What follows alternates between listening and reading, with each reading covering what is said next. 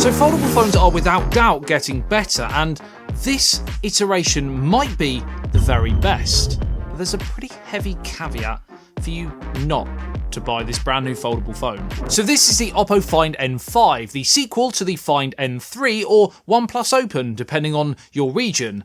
And remember that for later. I've been using this with my SIM shoved inside, and to be completely honest, this is everything you want from a folding phone, and more. Flagship Snapdragon 8 Elite chip, 16GB of RAM, 1TB of storage, Android 15 with ColorOS 15 over the top, a competent triple camera rig, and a large 5600 mAh battery, which in my experience has performed extremely well, beating the likes of my Galaxy Z Fold 6, Pixel 9 Pro Fold, and Vivo X Fold 3 Pro. Heavy names there, and pretty much any foldable phone available. And this amazing battery tech is important for how they've managed to get this phone's form factor so wonderfully spot on. Since the dawn of the foldable, I, like many of you that I've seen in the comments, have been banging the drum for these pieces of tech to be phone first and tablet second, having the outer display resemble that of a standard phone, which then unfolds on the occasions you want that larger screen. Manufacturers at first were reluctant to move away from that kind of candy bar style, as the wider the front display gets, the heavier the phone becomes, potentially twice the weight of a standard phone slab, because you are essentially doubling up. However, due to OPPO's next-gen silicon carbon tech, the battery can be smaller than standard phone batteries while still having the same or greater capacity. This in turn results in OPPO being able to make this phone so ridiculously thin that the actual frame is barely thicker than the 80-watt SuperVOOC charging port. And not only does that mean it looks incredibly futuristic when unfolded, but when folded, it's not really any thicker than a normal phone.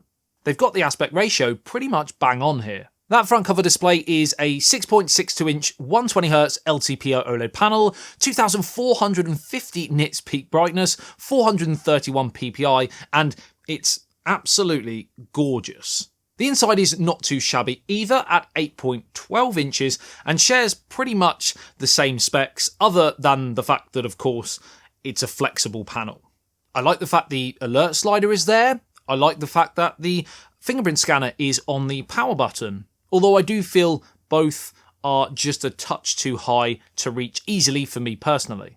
The back is a mixed bag. I personally am not a huge fan of circular camera rig designs and would maybe opt for, say, the horizontal clean lines of the original Pixel Fold, but it does rest nicely on my index finger when holding it, and the camera quality, especially for a foldable, is really stellar. There is a crazy good telephoto macro mode, which is super fun to play around with, and the 50 megapixel periscope style lens gives you 3x optical and a really useful 6x option, which is one of my favourite focal lengths to use, amazing for photographing cities, dramatic portraits, etc. Now the ultra wide angle lens is clearly not the main focus here, only being an 8 megapixel shooter, but it gets the job done, and the same can be said for the two 8 megapixel front cameras.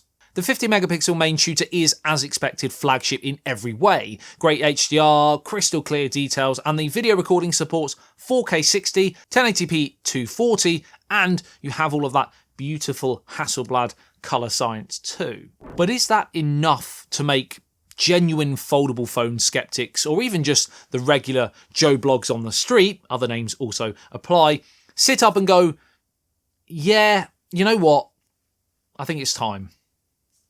Let's fold. Well, there are really, from what I can see from you guys, 4 main complaints for these types of devices. Firstly, you have the crease. I know it's still a big concern for many of you, and there is good news and bad news here. It is one of, if not the best attempts I've seen available, and when you're looking straight on, you really can't see it. But from the side, in the right lighting, you still can. We still aren't at a point where this is completely invisible, and until then, this is probably the closest you're going to get to perfection. I don't mind it, but it hasn't equally been fully ironed out. Excuse the pun.